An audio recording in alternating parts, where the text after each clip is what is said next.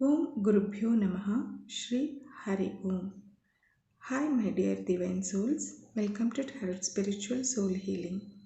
ಎಲ್ಲರಿಗೂ ಒಳ್ಳೆಯದಾಗಲಿ ಎಂದು ಹರಸುತ್ತಾ, ಯಾವಾಗಲೂ ಒಳ್ಳೆಯದನ್ನೇ ಯೋಚಿಸಿ ಒಳ್ಳೆಯ ಕರ್ಮಗಳನ್ನೇ ಮಾಡಿ ಹಾಗೂ ನಮ್ಮಿಂದ ಗೊತ್ತಿದ್ದು ಗೊತ್ತಿಲ್ಲದೆಯೋ ಯಾರಿಗಾದರೂ ನೋವು ದುಃಖ ಸಮಸ್ಯೆಯಾಗಿದ್ದಲ್ಲಿ ಕ್ಷಮೆಯನ್ನು ಯೋಚಿಸುತ್ತಾ ಒಳ್ಳೆಯ ದಾರಿಯಲ್ಲಿ ನಡೆಯೋಣ ಎಂದು ಪ್ರಾರ್ಥಿಸಿ, ಇವತ್ತು ನಾನು ನನ್ನ ಪ್ರೀವಿಯಸ್ ವಿಡಿಯೋದಲ್ಲಿ ಹೇಳಿದ್ದೆ ಸರ್ಪದೋಷಕ್ಕೆ ಕಾರಣಗಳೇನು, ಅದರಿಂದಾಗುವ ಪರಿಣಾಮಗಳು, ಹೇಗೆ ಮಾನವನ ಮೇಲೆ ಪ್ರಭಾವ ಬೀರುತ್ತೆ, ಅಂದರೆ ಸರ್ಪದೋಷಕ್ಕೆ ಒಳಗಾಗಿರುವವರು ಯಾವೆಲ್ಲ ಸಮಸ್ಯೆಗಳನ್ನು ಎದುರಿಸುತ್ತಾರೆ, ಹಾಗೆ ಸರ್ಪದೋಷಕ್ಕೆ ಪರಿಹಾರಗಳೇನು ಎಂಬುದನ್ನು ನಾನು ತಿಳಿಸುತ್ತೇನೆ ಅಂತ ಈಗ ನಾನು ಅದನ್ನು ತಿಳಿಸಿಕೊಡುತ್ತೇನೆ.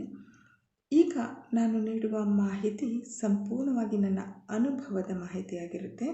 ಹಲವಾರು ವರ್ಷಗಳ ನಮ್ಮ ಚಿಕಿತ್ಸೆಯಲ್ಲಿ ನಾವು ನೋಡಿರುವಂತಹ ನಮ್ಮ ಕ್ಲೈಂಟ್ಸ್ಗಳ ಕೆಲವು ಸಮಸ್ಯೆಗಳ ಕಾರಣಗಳು ಮತ್ತು ಸರ್ಪದೋಷಕ್ಕೆ ನಾವು ನೀಡಿರುವಂತಹ ಪರಿಹಾರಗಳ ಆಧಾರದ ಮೇಲೆ ನಾನು ನಿಮಗೆ ಕ್ಲಿಯರ್ ಆಗಿ ತಿಳಿಸಲು ಇಚ್ಛಿಸುತ್ತೇನೆ. ಏಕೆಂದರೆ ಕೆಲವು ಈ ಸರ್ಪದೋಷದ ವಿಚಾರಗಳು ನಮ್ಮ ಕ್ಲೈಂಟ್ಸ್ಗಳ ಸರ್ಪದೋಷದ ಸಮಸ್ಯೆಗಳಾಗಿದ್ದವು.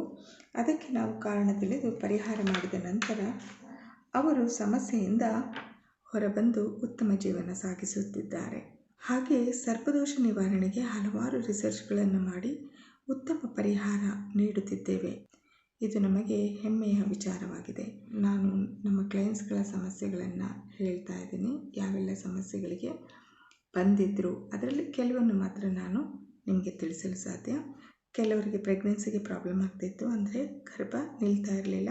ಮತ್ತು ಕೆಲವರಿಗೆ ಹಣ ಇದ್ದರೂ ಮನೆ ಕಟ್ಟೋಕ್ಕೆ ಆಗ್ತಾ ಇರಲಿಲ್ಲ. ಇನ್ನು ಕೆಲವರಿಗೆ ಬಿಸ್ನೆಸ್ ಮತ್ತು ಫೈನಾನ್ಷಿಯಲ್ ಪ್ರಾಬ್ಲಮ್ ಸದಾ ಕಾಡ್ತಾ ಇತ್ತು. ನೋ ಇಂಪ್ರೂವ್ಮೆಂಟ್, ಯಾವಾಗಲೂ ಲಾಸ್ನಲ್ಲಿ ಅವರು ಬಿಸ್ನೆಸ್ ಮಾಡ್ತಾಯಿದ್ರು. ಇನ್ನು ಕೆಲವರು ಮಕ್ಕಳಿಗೆ ಆಗಾಗ ಹುಷಾರಿರ್ತಾ ಇರಲಿಲ್ಲ.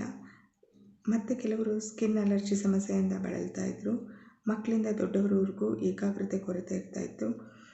ನಿದ್ರೆ ಇಲ್ಲದೆ ಇರೋದು, ಕೋಪ, ಹಠ, ಇನ್ನೂ ಹಲವಾರು ಸಮಸ್ಯೆಗಳಿಂದ ಬಂದಂಥ ಕ್ಲೈಂಟ್ಸ್ಗಳಿಗೆ ನಮ್ಮ ಚಿಕಿತ್ಸೆಯಿಂದ ಉತ್ತಮ ರಿಸಲ್ಟ್ ಕೊಟ್ಟಿದ್ದೇವೆ. ಅಂದರೆ ನಮ್ಮ ಚಿಕಿತ್ಸೆಯಲ್ಲಿ ಯಾವುದೇ ರೀತಿಯ ಮದ್ದು ಮಾತ್ರೆ ಇರೋದಿಲ್ಲ, ಓನ್ಲಿ ಹೀಲಿಂಗ್ ಮೊಡಾಲಿಟೀಸ್ನ ಬಳಸಿ ಚಿಕಿತ್ಸೆಯನ್ನು ಕೊಡುತ್ತೇವೆ. ಮತ್ತೊಂದು ಸರ್ಪದ ಕಥೆ ಅಂದರೆ, ಒಂದು ಜನ್ಮದಲ್ಲಿ ಸರ್ಪವಾಗಿದ್ದ ಒಬ್ಬ ಮಹಿಳೆ ಈ ಜನ್ಮದಲ್ಲಿ ಮನುಷ್ಯಳಾಗಿ ಹುಟ್ಟಿ ಅನುಭವಿಸಿದ ಸತ್ಯ ಘಟನೆ ಬಹಳ ರೋಮಾಂಚನವಾಗಿತ್ತು.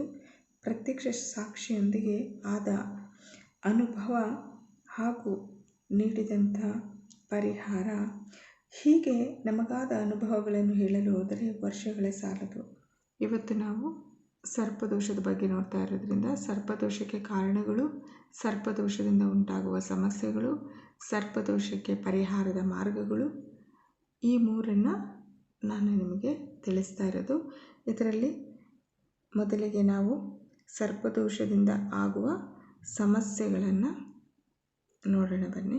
ಒಬ್ಬೊಬ್ಬರಿಗೆ ಒಂದೊಂದು ರೀತಿಯ ಸಮಸ್ಯೆ ಕಾಣಿಸಿಕೊಳ್ಳುತ್ತೆ. ಎಲ್ಲರಿಗೂ ಒಂದೇ ರೀತಿಯ ಸಮಸ್ಯೆ ಆಗಬೇಕು ಅಂತೇನಿಲ್ಲ.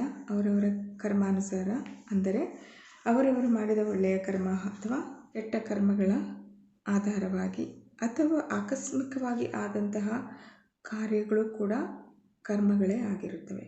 ಫಾರ್ ಎಕ್ಸಾಂಪಲ್, ಒಬ್ಬ ವ್ಯಕ್ತಿ ಒಂದು ಜನ್ಮದಲ್ಲಿ ಸರ್ಪವನ್ನು ಸಾಯಿಸಿದರೆ ಆ ಸರ್ಪ ಹೇಗೆ ನೋವನ್ನು ಅನುಭವಿಸಿ ಕೊನೆಯ ಉಸಿರೆಳೆದಿರುತ್ತೋ ಹಾಗೆ ವ್ಯಕ್ತಿಯು ಕೂಡ ಅದೇ ಜನ್ಮದಲ್ಲಾಗಿರ್ಬೋದು ಅಥವಾ ಮತ್ತೊಂದು ಜನ್ಮದಲ್ಲಾಗಿರ್ಬೋದು ಆ ಸರ್ಪ ಅನುಭವಿಸಿದ ನೋವನ್ನು ಆ ಮನುಷ್ಯ ಕೂಡ ಒಂದಲ್ಲ ಒಂದು ರೀತಿಯಲ್ಲಿ ನೋವನ್ನು ಅನುಭವಿಸುತ್ತಾನೆ. ಇದರಿಂದ ಕೆಲವೊಮ್ಮೆ ಮಕ್ಕಳು ಮೊಮ್ಮಕ್ಕಳು ಕೂಡ ಸಮಸ್ಯೆಯನ್ನು ಎದುರಿಸಬೇಕಾಗುತ್ತೆ. ನೋವು ಮಾತ್ರವಲ್ಲ, ಮಾನಸಿಕವಾಗಿ, ದೈಹಿಕವಾಗಿ, ಆರ್ಥಿಕವಾಗಿಯೂ ಕೂಡ ಸಮಸ್ಯೆ ಕಾಣಿಸಿಕೊಳ್ಳುತ್ತೆ. ಅದಲ್ಲದೆ ನೆಮ್ಮದಿ ಇಲ್ಲದಿರುವುದು, ಸಾಂಸಾರಿಕ ಜೀವನದಲ್ಲಿ ಅನ್ಯೋನ್ಯತೆ ಇಲ್ಲದಿರುವುದು, ಕೋಪ, ಭಯ, ಚಿಂತನೆ, ಮದುವೆಗೆ ಅಡೆತಡೆಯಾಗುವುದು, ಸ್ಕಿನ್ ಪ್ರಾಬ್ಲಮ್, ಅಲರ್ಜಿ ಆಗುವುದು, ಸಂತಾನಕ್ಕೆ ಕೊರತೆ ಆಗುವುದು, ಜೊತೆಗೆ ಆಗಾಗ ಅಬಾರ್ಷನ್ಸ್ ಆಗುವುದು, ಅಂದರೆ ಗರ್ಭಪಾತವಾಗುವುದು, ಇವೆಲ್ಲ ಸಮಸ್ಯೆಗಳು ಒಬ್ಬೊಬ್ಬರಿಗೆ ಒಂದೊಂದು ರೀತಿಯಲ್ಲಿ ಹಲವಾರು ಸಮಸ್ಯೆಗಳು ಕಾಣಿಸಿಕೊಳ್ಳುತ್ತವೆ. ಅಲ್ಲದೆ ಅಕಸ್ಮಾತ್ತಾಗಿ ಹುತ್ತವನ್ನು ಹೊಡೆದು ಹಾಕಿದ್ದರೆ ಅದರ ಮನೆ ಹೇಗೆ ನಾಶವಾಗಿರುತ್ತೋ, ಅದರಲ್ಲಿ ವಾಸ ಮಾಡಲು ಹೇಗೆ ಸಾಧ್ಯವಿಲ್ಲವೋ ಅದು ಹಾಗೆ ಹುತ್ತ ಹೊಡೆದಾಕಿದವರು ಕೂಡ ನೆಮ್ಮದಿಯಾಗಿ ಸ್ವಂತ ಮನೆಯಲ್ಲಿ ವಾಸ ಮಾಡಲು ಸಾಧ್ಯವಾಗುವುದಿಲ್ಲ. ಜೊತೆಗೆ ಮೇಲೆ ಹೇಳಿದ ಕೆಲವು ಸಮಸ್ಯೆಗಳು ಕೂಡ ಅವರನ್ನು ಕಾಡ್ತಾ ಇರುತ್ತೆ. ಕೆಲವರಿಗೆ ಎಷ್ಟು ದುಡಿದರೂ ಸ್ವಂತ ಮನೆ ಮಾಡ್ಕೊಳ್ಳೋಕ್ಕೆ ಆಗೋದಿಲ್ಲ. ಕೆಲವರು 3-4 ಅಂತಸ್ತಿನ ಮನೆ ಕಟ್ತಾರೆ, ವಿಲ್ಲಾ ಕಟ್ತಾರೆ, ಆದರೆ ಆ ಮನೆಯಲ್ಲಿ ಬಾಳುವ ಯೋಗ ಇರೋದಿಲ್ಲ. ಕೆಲವರು ಮಾರಿಬಿಡ್ತಾರೆ, ಇಲ್ಲ ಆ ಮನೆ ಬಿಟ್ಟು ಬೇರೆ ಮನೆಗೆ ವಾಸ ಮಾಡೋಕ್ಕೆ ಹೋಗ್ತಾರೆ. ಕೆಲವರು ಸರಿಯಾದ ರೀತಿಯಲ್ಲಿ ಸರ್ಪದೋಷ ಪರಿಹಾರವನ್ನು ಮಾಡಿಕೊಂಡು ಎಲ್ಲ ಸಮಸ್ಯೆಯಿಂದ ಹೊರ ಬರ್ತಾರೆ. ಅಂಥವರು ಮಾತ್ರ ಯಾವುದೇ ಸಮಸ್ಯೆ ಇಲ್ಲದೆ ಸ್ವಂತ ಮನೆಯಲ್ಲಿ ಯಾವುದೇ ಮಾನಸಿಕ, ದೈಹಿಕ, ಆರ್ಥಿಕ ಸಮಸ್ಯೆ ಇಲ್ಲದೆ ಜೀವನ ಮಾಡ್ತಾರೆ. ಆದರೆ ಸರ್ಪದೋಷ ಪರಿಹಾರವನ್ನು ಅಷ್ಟು ಸುಲಭವಾಗಿ ಪರಿಹಾರ ಮಾಡಿಕೊಳ್ಳಲು ಸಾಧ್ಯವಿಲ್ಲ. ಆದರೆ ಕೆಲವು ಮಾರ್ಗಗಳಿವೆ. ಅವುಗಳಲ್ಲಿ ಸರ್ಪಶಾಂತಿ ಹೋಮ, ಸರ್ಪದೋಷ ನಿವಾರಣೆ, ಇನ್ನು ನಾಗಪೂಜೆ, ಇನ್ನು ಹಲವಾರು ಪೂಜೆಗಳನ್ನು ನುರಿತ ಜ್ಞಾನಿಗಳು, ಅಂದರೆ ನಿಮಗೆ ಗೊತ್ತಿದೆ, ಅನುಭವ ಉಳ್ಳವರು ನಿಯಮಬದ್ಧವಾಗಿ ಸರ್ಪಶಾಂತಿ ಅಥವಾ ಸರ್ಪದೋಷದ ಪೂಜೆ ಪುರಸ್ಕಾರಗಳನ್ನು ಕಟ್ಟುನಿಟ್ಟಾಗಿ ಮಾಡಿದಾಗ ಸರ್ಪದೋಷ ನಿವಾರಣೆಯಾಗುವುದು ಖಚಿತ. ಆದರೆ ಅದು ಎಷ್ಟು % ದೋಷ ನಿವಾರಣೆಯಾಗಿದೆ ಎಂಬುದು ಆ ಸಮಸ್ಯೆಯನ್ನು ಎದುರಿಸುತ್ತಿರುವ ವ್ಯಕ್ತಿಗೆ ಮಾತ್ರ ತಿಳಿಯುತ್ತೆ. ಅವರು ಮಾನಸಿಕವಾಗಿ, ದೈಹಿಕವಾಗಿ, ಆರ್ಥಿಕವಾಗಿ ಎಷ್ಟರ ಮಟ್ಟಿಗೆ ಅದರ ಫಲ ಪಡೆದಿದ್ದಾರೆ ಅಂತ.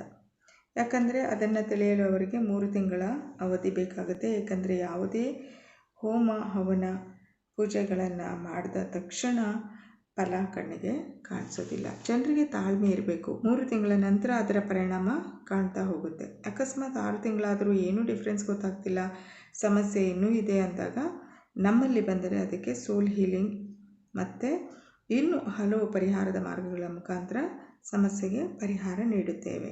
ಅಥವಾ ಬೇರೆ ಎಲ್ಲಿಯಾದರೂ ನೀವು ಇದರ ಪರಿಹಾರವನ್ನು ಮಾಡಿಕೊಳ್ಬಹುದು. ನನ್ನ ಉದ್ದೇಶ ನನ್ನ ಸ್ನೇಹಿತರಾದ ನಿಮ್ಮೆಲ್ಲರಿಗೂ ಅರಿವು ಮೂಡಿಸುವುದು ಏನೆಂದರೆ, ಒಂದು ಸಮಸ್ಯೆಯಾಗಿರಲಿ ಅಥವಾ ಹಲವು ಸಮಸ್ಯೆಗಳಾಗಿರಲಿ, ಅವುಗಳಿಗೆ ಪರಿಹಾರ ಖಂಡಿತ ಇದೆ. ತಾಳ್ಮೆ ಮತ್ತು ನಂಬಿಕೆ ಅತಿ ಮುಖ್ಯ. ಏಕೆಂದರೆ ಕೆಲವರು ಸರ್ಪದೋಷದ ಸಮಸ್ಯೆಯಿಂದ ತುಂಬ ನೊಂದು ದುಃಖದಿಂದ ಜೀವನ ಸಾಗಿಸುತ್ತಿದ್ದಾರೆ.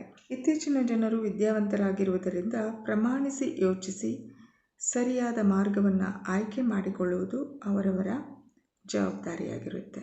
ಕೆಲವರಿಗೆ ಅತಿಯಾದ ಸಮಸ್ಯೆಗಳು ಇದ್ದಾಗ ಸರ್ಪದೋಷದಿಂದ ಮಾತ್ರ ಸಮಸ್ಯೆಗಳಾಗಿರುವುದಿಲ್ಲ, ಅವುಗಳಿಗೆ ಬೇರೆ ಕಾರಣಗಳು ಸಹ ಇರಬಹುದು. ಅದನ್ನು ನಮ್ಮಲ್ಲಿ ಮೊದಲನೇ ಸೆಷನ್ನಲ್ಲಿ ಸೋಲ್ ಸ್ಕ್ಯಾನ್ ಮಾಡಿದಾಗ ಎಲ್ಲೆಲ್ಲಿಂದ ಸಮಸ್ಯೆಗಳು ಬರ್ತಾ ಇದೆ, ಈ ಸಮಸ್ಯೆಗಳಿಗೆ ನಮ್ಮಲ್ಲಿ ಎಷ್ಟು % ಎಷ್ಟು ದಿನಗಳಲ್ಲಿ ಪರಿಹಾರ ಸಿಗುತ್ತದೆ ಎಂಬುದನ್ನು ತಿಳಿಸಿಕೊಡುತ್ತೇವೆ. ಈಗ ನೋಡೋಣ ಬನ್ನಿ.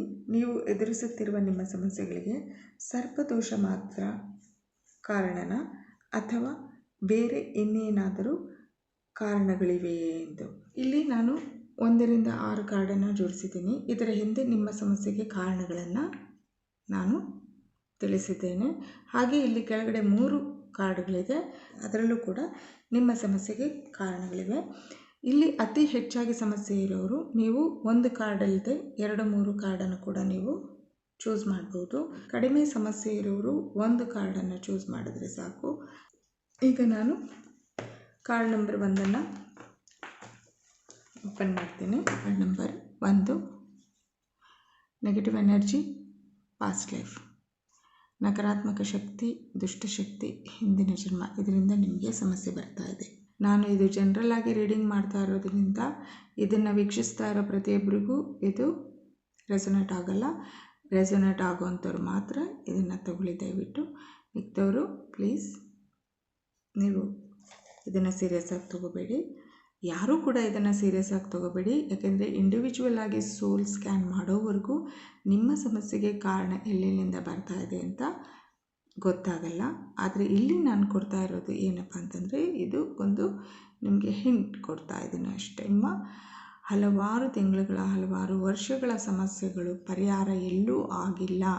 ಯಾವುದೇ ಮದ್ದು ಮಾತ್ರೆ ತಗೊಂಡ್ರು, ಪೂಜೆ ಪುರಸ್ಕಾರ ಮಾಡಿದರೂ ನಿಮಗೆ ಪರಿಹಾರ ಆಗಿಲ್ಲ ಅಂದ ಪಕ್ಷದಲ್ಲಿ ನಾನು ಇಲ್ಲಿ ಕೊಡ್ತಾ ಇರುವಂಥದ್ದು. ಈಗ ನಂಬರ್ 2 ಕಾರ್ಡವ್ರಿಗೆ ಹಿಂದಿನ ಜನ್ಮದಿಂದ ಪೂರ್ವಜರ ಶಾಪ ಮತ್ತು ದುಷ್ಟಶಕ್ತಿಯಿಂದ ಸಮಸ್ಯೆ ಬರ್ತಾ ಇದೆ. ಇದು ಬರೀ ಸರ್ಪದೋಷಕ್ಕೆ ಸಂಬಂಧಪಟ್ಟಿರೋದಲ್ಲ. ನೋಡ್ತಾ ಇರುವಂತಹ ವೀಕ್ಷಕರು ಯಾವುದೇ ಸಮಸ್ಯೆಗಳಿಂದ ಬಳಲ್ತಾ ಇದ್ದರೆ ಇದಿಷ್ಟು ಕಾರಣಗಳು ನಿಮಗೆ ಇದೆ.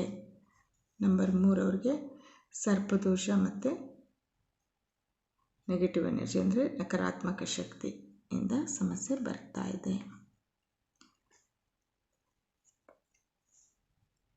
ನಂಬರ್ 4 ಅವರಿಗೆ ಮಾಟ ಮಂತ್ರ ಆಗಿದೆ, ಹಿಂದಿನ ಜನ್ಮದಿಂದ ಸಮಸ್ಯೆ ಬರ್ತಾ ಇದೆ.